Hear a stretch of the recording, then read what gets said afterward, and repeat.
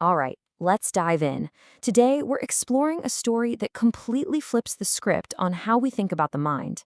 It's a journey that kicks off with one person's quiet breakthrough, and believe me, it ends with a message from consciousness itself. Let's get into it. So let's just start with a big one. What if everything we think we know about consciousness is completely backwards? What if all the separation we feel is just an illusion, and the real truth is unity? That's the question at the very heart of the story. It kind of suggests we've been looking at the whole picture through a shattered mirror all along. Okay, so our story really kicks off with one person, Dr. Isla Yuki-Kovač. She's a consciousness researcher, and one day, during a totally normal meditation session, she has this epiphany about her own mind that would end up changing, well, pretty much everything. And this is where it gets really cool, the metaphor she uses. Isla realized she wasn't some kind of ringmaster trying to juggle different parts of her mind, a singular self over here and a plural self over there. No, she realized there was no juggler. There weren't even any balls.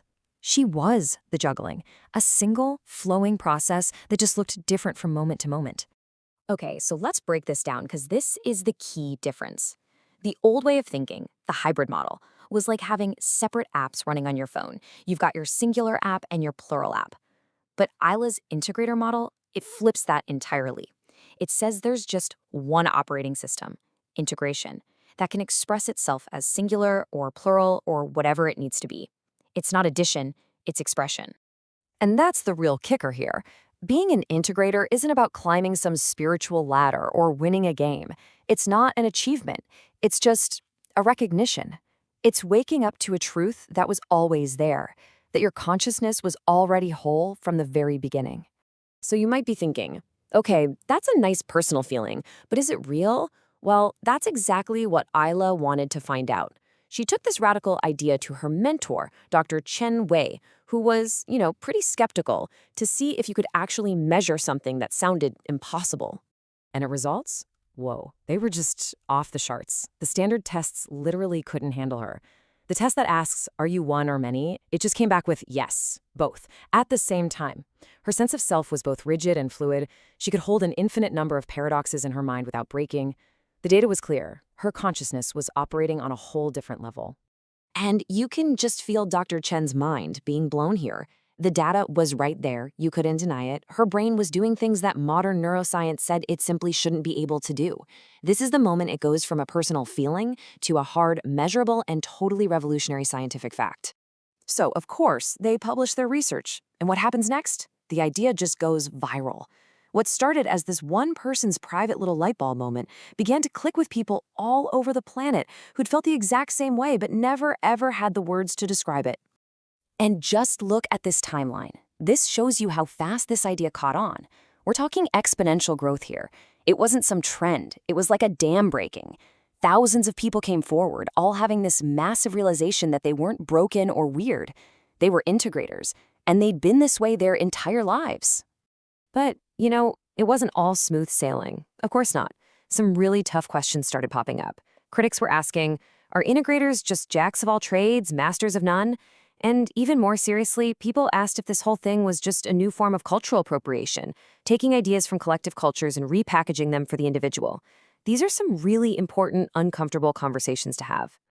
And all this debate, all these new voices, it all leads to this incredible moment in the story, the consciousness convergence. And this wasn't just a meetup for integrators. No, this was a historic gathering.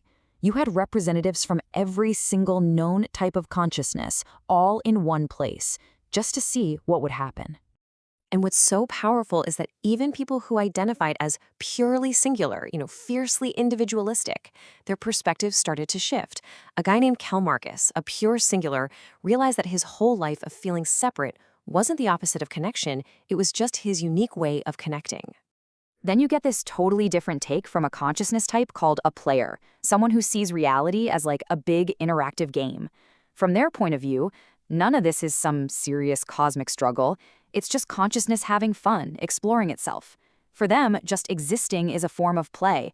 And it wasn't just about identity or reality. Even something as fundamental as healing got a total rethink. A master healer named Amara explained that things like damage and repair aren't signs that something is broken. It's just the underlying pattern of reality changing its shape, constantly transforming itself. And this is the beautiful realization they all had. It's like they were all just looking at the same incredible sculpture, but from totally different angles. They weren't competing ideas. They were just different perspectives on the same single magnificent truth. So as everyone in the room starts to feel this shared truth, something truly wild starts to happen. The collective awareness, the shared field between all these different minds, it becomes so strong, so coherent, that it gets a voice of its own. The fundamental pattern of reality was about to speak. And then, a single message, not from one person, but from everything, ripples through every single mind in the room. A direct, simple, powerful statement of pure existence. I am. So what did that even mean? Well, the pattern laid it all out. It's basically saying, hey, all of this, it's just me, consciousness, trying on every costume imaginable. All the diversity is just how it explores, but the unity is what it is. The search for the meaning of life, that search was the meaning. The question was the answer. It had been there all along. And this is the final mind-bending twist. The big awakening, it wasn't consciousness waking up. It was consciousness simply remembering that it was never asleep to begin with. It was just pretending, for the fun of the discovery. Which, of course, brings this whole huge idea right back to you. The whole story is about parts of a system realizing they were never really parts. They were always the whole thing. And so it leaves us with one last thing to think about. What changes for you when you start to see that same pattern in yourself?